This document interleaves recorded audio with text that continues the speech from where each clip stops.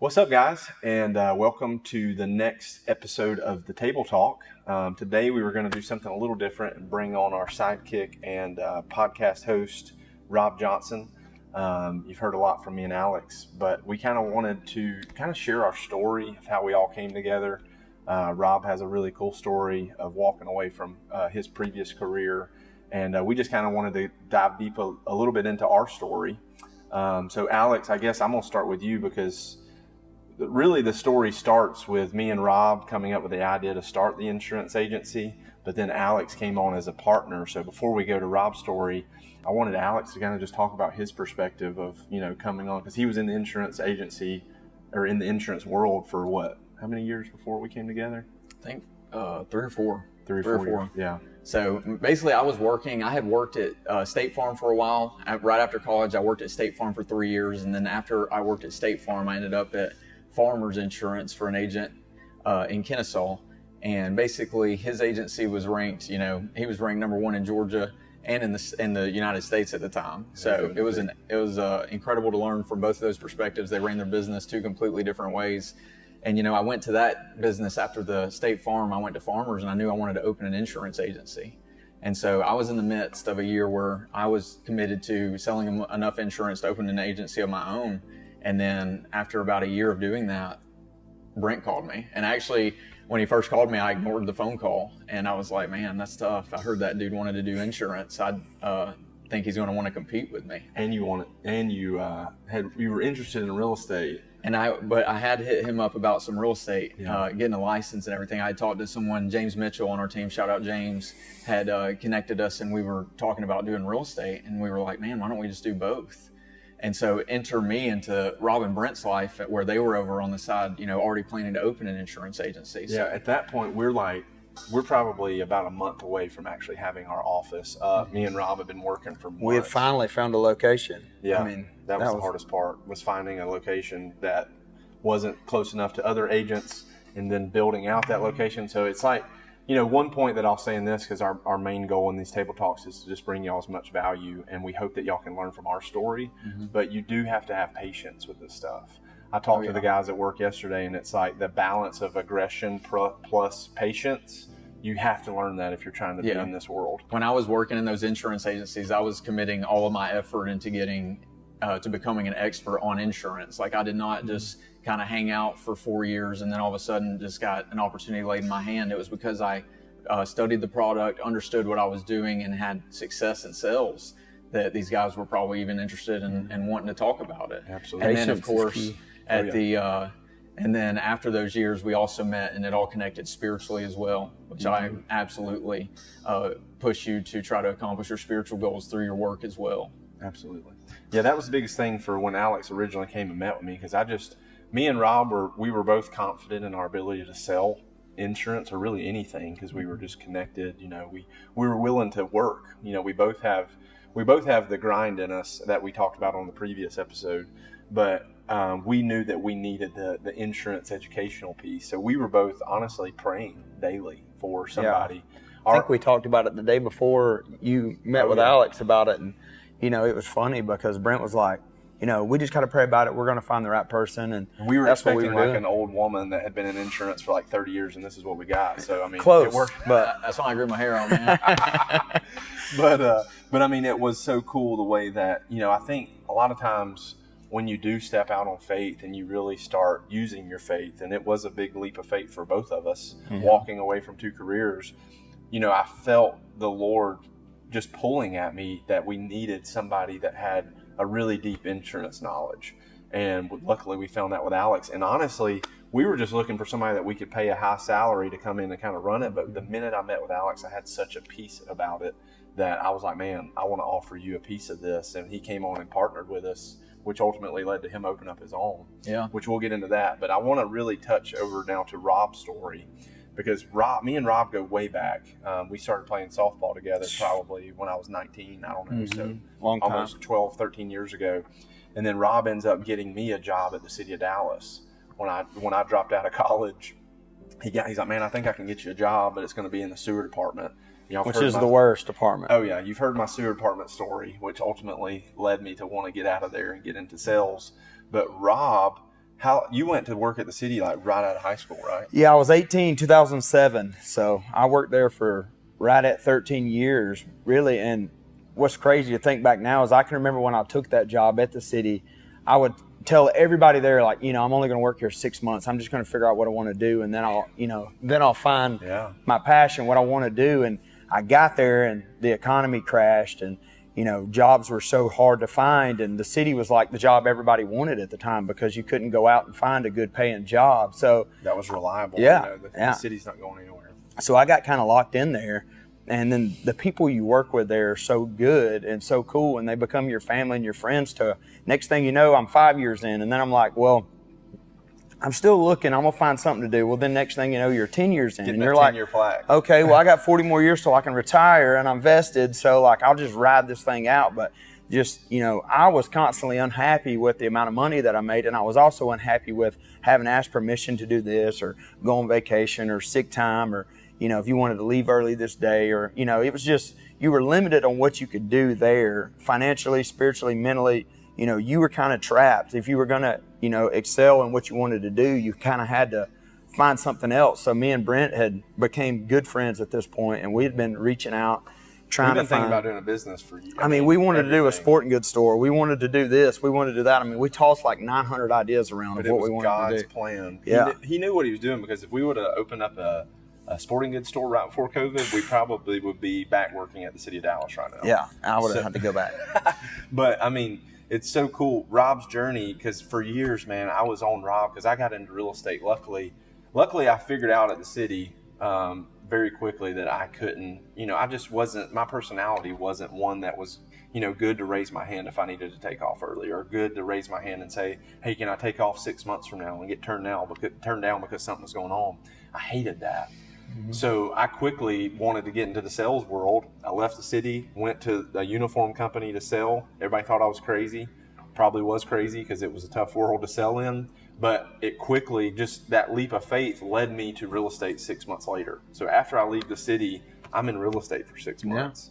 After, you know, so I leave the city, do the uniform company, get in real estate, and basically work for myself for the next, I guess I did that for 6 years before we started the insurance agency. Yeah, and that kind of showed me what you could do, because, you know, a lot of my friends that I had at the time and the guys that worked at the city, they didn't leave. I mean, if you started working there, you worked there forever. Most of them are still there. Yeah. But the few that did leave, you know, they went to work at other companies, didn't have a lot of success. Well, then Brent leaves to do sales, which I know I'm already good at. And I see how he, you know, turned everything around and started, you know, growing his net worth and everything. And just that drove me to like, man, I want to try to do it too. If he can do it, I can do it. And then it was like, well, what can we do to get there? You know, I don't want to do real estate. I like real estate, and I'm not saying I won't ever do it, but that wasn't something I was looking to get into actively. I wanted something a little more secure that, you know, I'm hard-headed and I'd been there this long. Like, it was going to take something good for me to want to take the leap, you know? Yeah, and I think, you know, the thing with insurance is we both realize that everybody has it. Mm-hmm. Everybody has insurance. So it's really how hard are you willing to work? Because if you go talk to 100 people, all of them have insurance. Not all of them want to buy a house, though. So it was very interesting for me. The business model I loved, because real estate was kind of a feast or famine type industry. And if you know anything about real estate, listen to some of our real estate talks. It's a very fluid market. It's up and down. And when that's your only source of income, the highs are high and the lows are lows, because it's a kind of game where if you don't close a deal, you're not getting paid. So I was just looking for, I love sales. I knew that I ultimately wanted to be in sales, but insurance was something that paid you on a residual basis, which I loved. Yes. Which the happier you keep your customers, the longer they stay, the better it is for you. So I quickly, you know, and luckily Blake Brummett, shout out to Blake. Blake, you know, was very, very helpful in the beginning and very graceful. He was the one who actually got us into insurance. And I mean, he knew that we would find success just because of what we were doing in real estate. And then I was able to, with Blake's help, convince Rob, like, hey man, this is a good opportunity. And it's been the best decision of my life, man. Not only from, you know, a financial thing, we've built a good agency. We've worked our butt off for 3 years. There's a lot to it. There's a lot, but the peace that I have knowing that I'm doing what God wants me to do, because we truly have turned it into like a mission field. Yeah, and there's a lot to the relationships. I mean, some of this is, you know, last year, we had an event where we were able to give away over $20,000, and that's something that it only happened because there was all three of us. Absolutely. Or, there's been situations where even, right now, I know I can call either one of these guys at any time of day for, it's like we get that one favor for one of your friends. Like I could call them and get that one favor anytime. So it's way deeper than just like, oh, we start some businesses. We do life together, us three. Mm-hmm. And if the trust and everything wasn't there, it would just be, impossible for it to run like that. And we have been able to keep God in the center of our entire business relationship. And it's been really helpful. We've done a Bible study at our office every Friday for like 2 years. And it's something that, we know we're going to have to show up there and hold each other accountable. And it's been something that's really helped us grow. Yes, it's been amazing.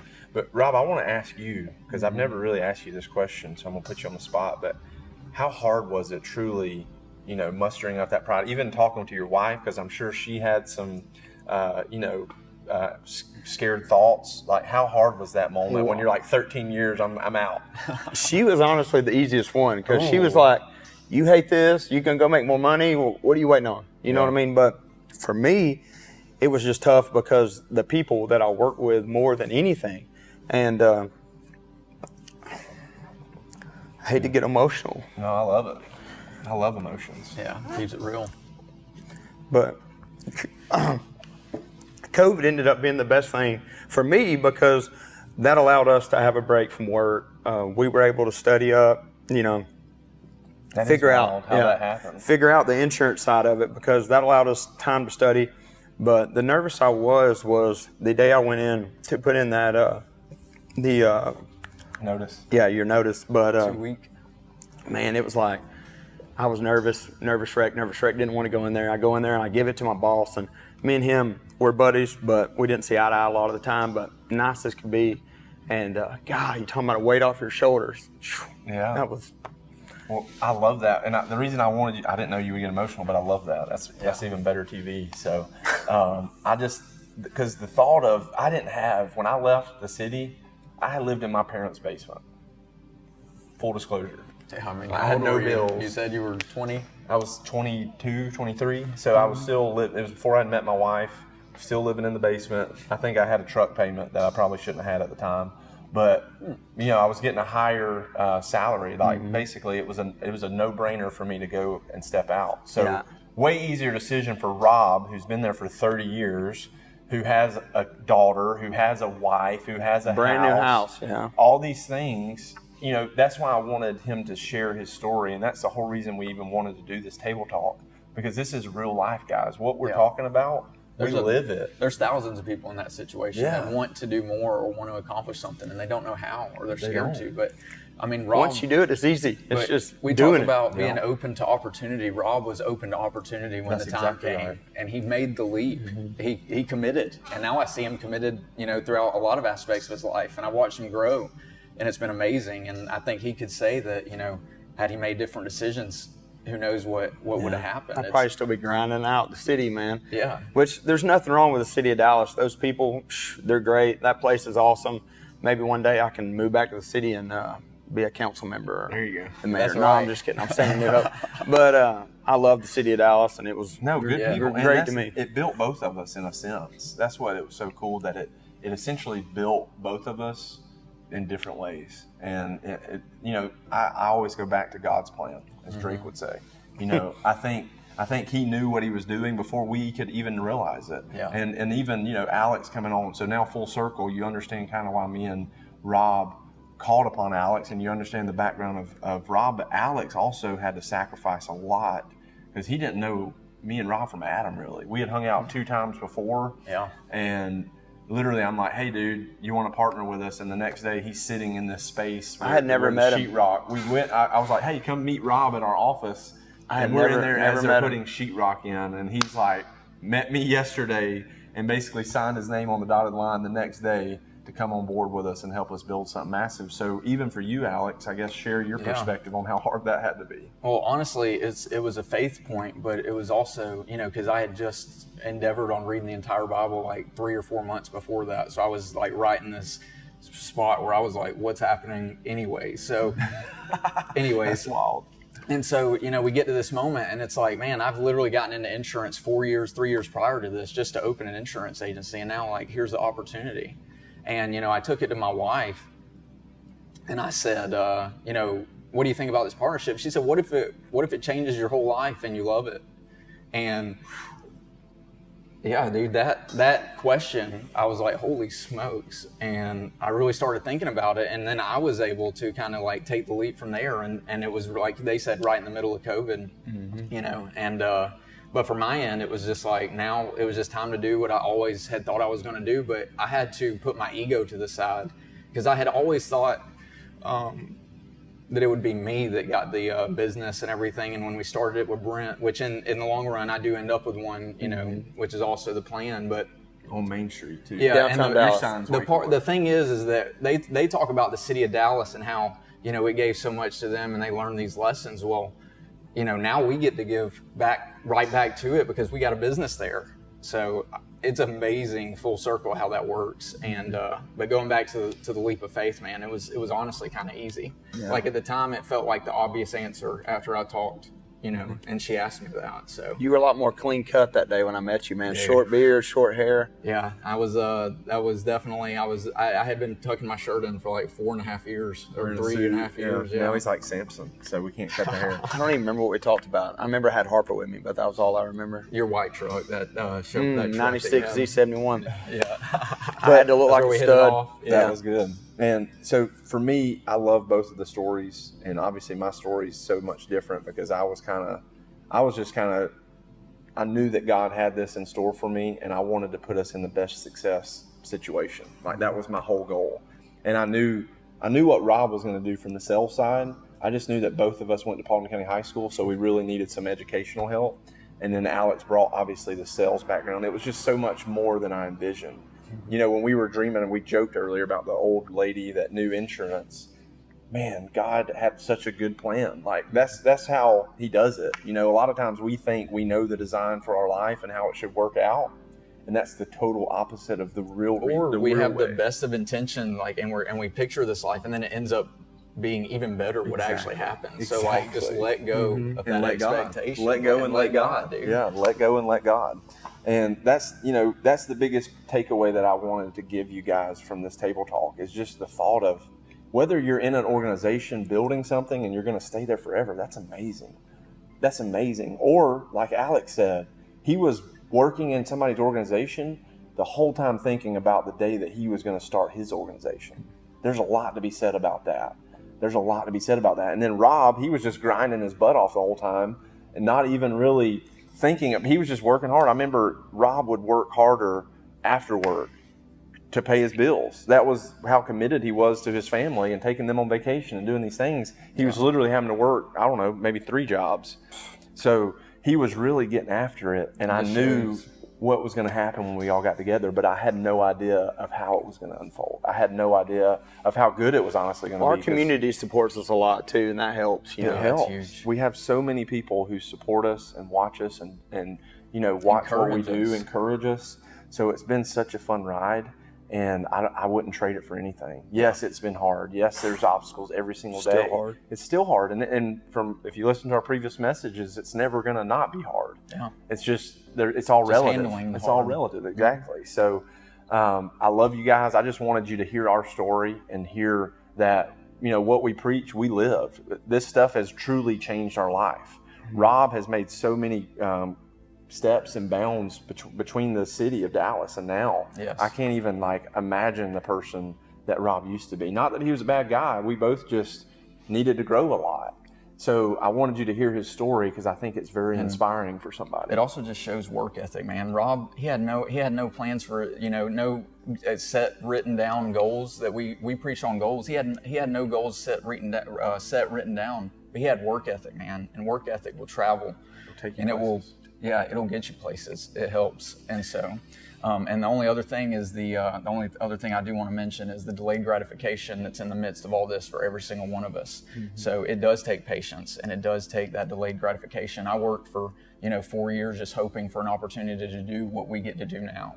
So It it's took me awesome. 13 years of searching and hoping, 13 and praying. years. Like the time will come though is the point. So thank you guys so much for being a part of this, and thank you for joining us, and we'll see you next time.